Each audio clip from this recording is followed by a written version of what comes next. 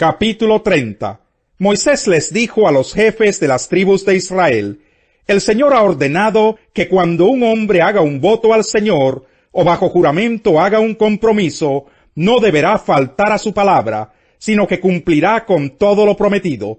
Cuando una joven que todavía viva en casa de su padre haga un voto al Señor y se comprometa en algo, si su padre se entera de su voto y de su compromiso, pero no le dice nada, entonces ella estará obligada a cumplir con todos sus votos y promesas. Pero si su padre se entera y no lo aprueba, todos los votos y compromisos que la joven haya hecho quedarán anulados, y el Señor la absolverá porque fue el padre quien los desaprobó. Si la joven se casa después de haber hecho un voto o una promesa precipitada que la compromete, y su esposo se entera pero no le dice nada, entonces ella estará obligada a cumplir sus votos y promesas. Pero si su esposo se entera y no lo aprueba, el voto y la promesa que ella hizo en forma precipitada quedarán anulados, y el Señor la absolverá. La viuda o divorciada que haga un voto o compromiso estará obligada a cumplirlo. Cuando una mujer casada haga un voto, o bajo juramento se comprometa en algo, si su esposo se entera, pero se queda callado y no lo desaprueba, entonces ella estará obligada a cumplir todos sus votos y promesas. Pero si su esposo se entera y los anula, entonces ninguno de los votos o promesas que haya hecho le serán obligatorios, pues su esposo los anuló. El Señor la absolverá. El esposo tiene la autoridad de confirmar o de anular cualquier voto o juramento de abstinencia que ella haya hecho. En cambio, si los días pasan y el esposo se queda callado, su silencio confirmará todos los votos y compromisos contraídos por ella. El esposo los confirmará por no haber dicho nada cuando se enteró. Pero si llega a anularlos después de un tiempo de haberse enterado, entonces él cargará con la culpa de su esposa. Estos son los estatutos que el Señor dio a Moisés en cuanto a la relación entre esposo y esposa, y entre el padre y la hija que todavía viva en su casa. Capítulo 31.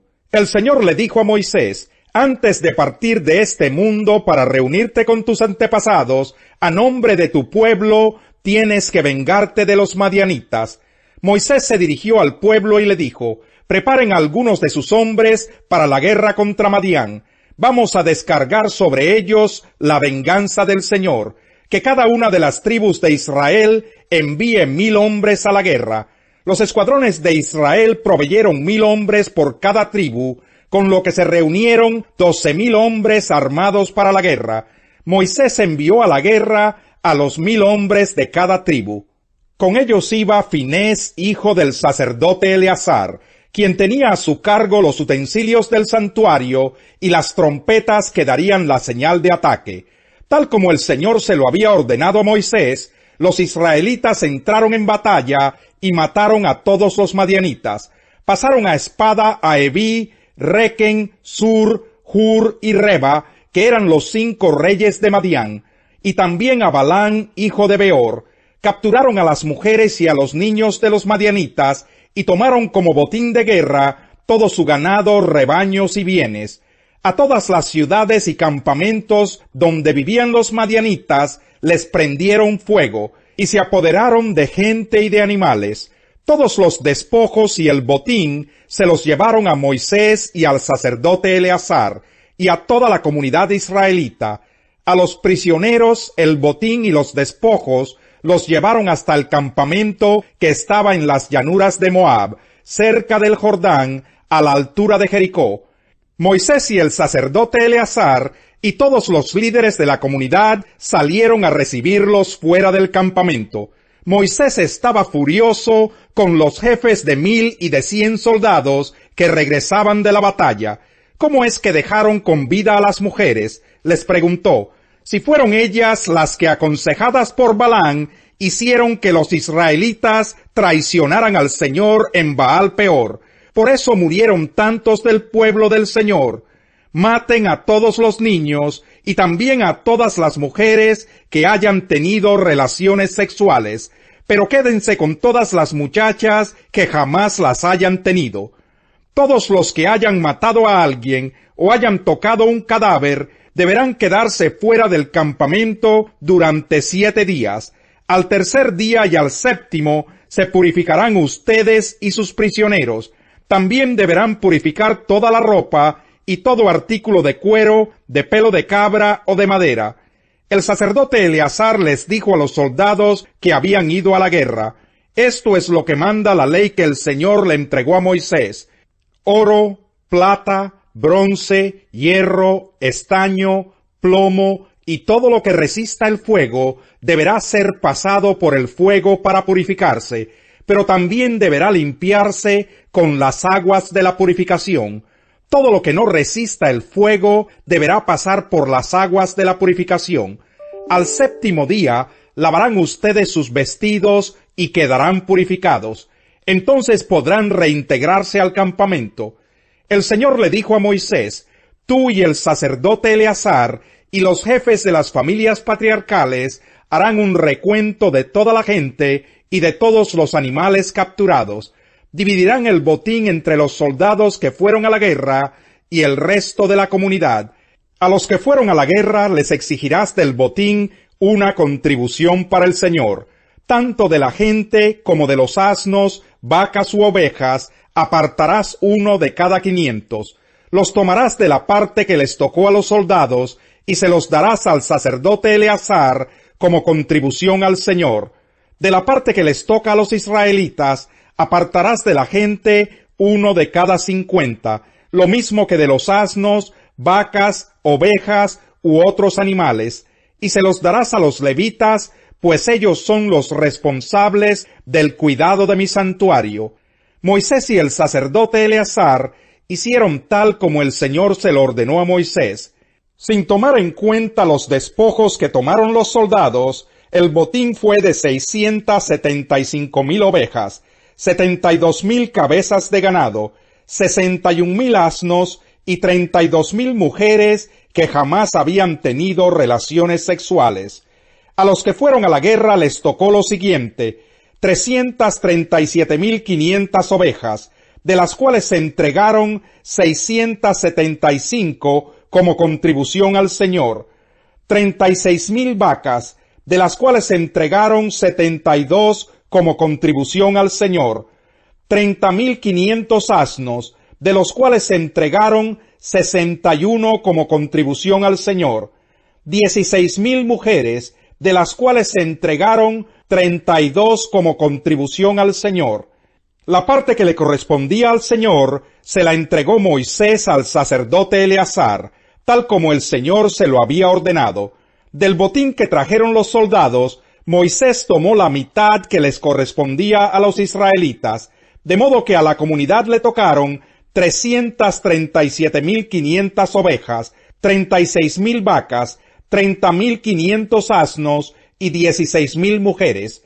De la parte que les tocó a los israelitas, Moisés tomó una de cada 50 personas y uno de cada 50 animales, tal como el Señor se lo había ordenado, y todos ellos se los entregó a los levitas, que eran los responsables del cuidado del santuario del Señor.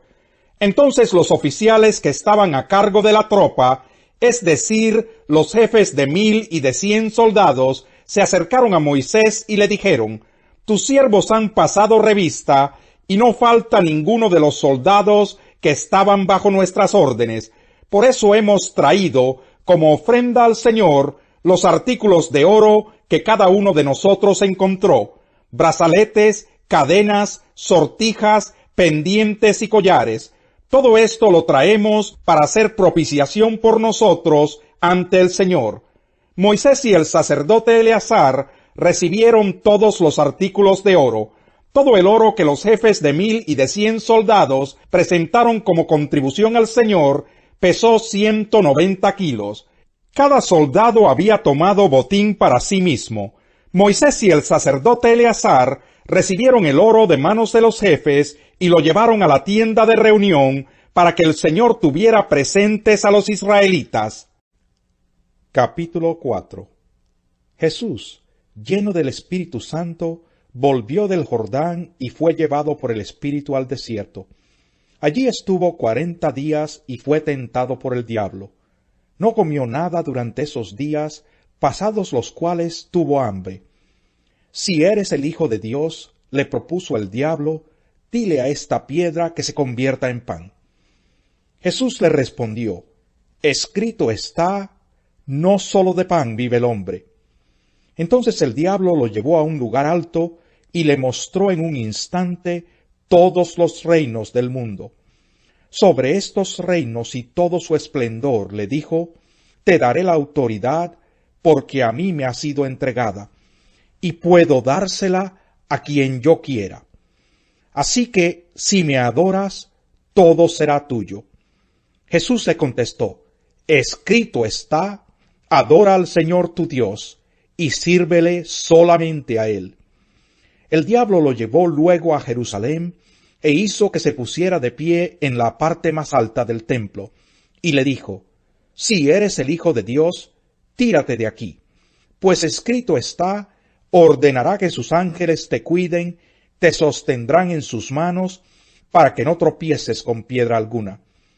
También está escrito, no pongas a prueba al Señor tu Dios, le replicó Jesús. Así que el diablo, habiendo agotado todo recurso de tentación, lo dejó hasta otra oportunidad. Jesús regresó a Galilea en el poder del Espíritu, y se extendió su fama por toda aquella región. Enseñaba en las sinagogas y todos lo admiraban.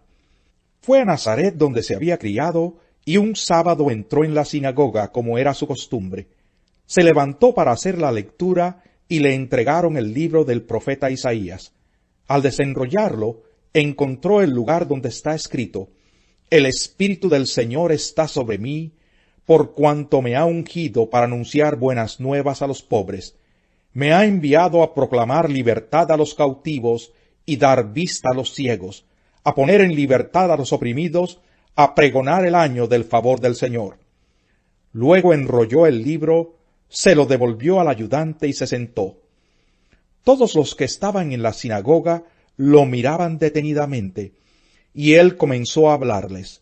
Hoy se cumple esta escritura en presencia de ustedes. Todos dieron su aprobación, impresionados por las hermosas palabras que salían de su boca. ¿No es este el hijo de José?, se preguntaban. Jesús continuó, seguramente ustedes me van a citar el proverbio, médico, cúrate a ti mismo. Haz aquí en tu tierra lo que hemos oído que hiciste en Capernaum. Pues bien les aseguro que a ningún profeta lo aceptan en su propia tierra. No cabe duda de que en tiempos de Elías, cuando el cielo se cerró por 3 años y medio, de manera que hubo una gran hambre en toda la tierra, muchas viudas vivían en Israel.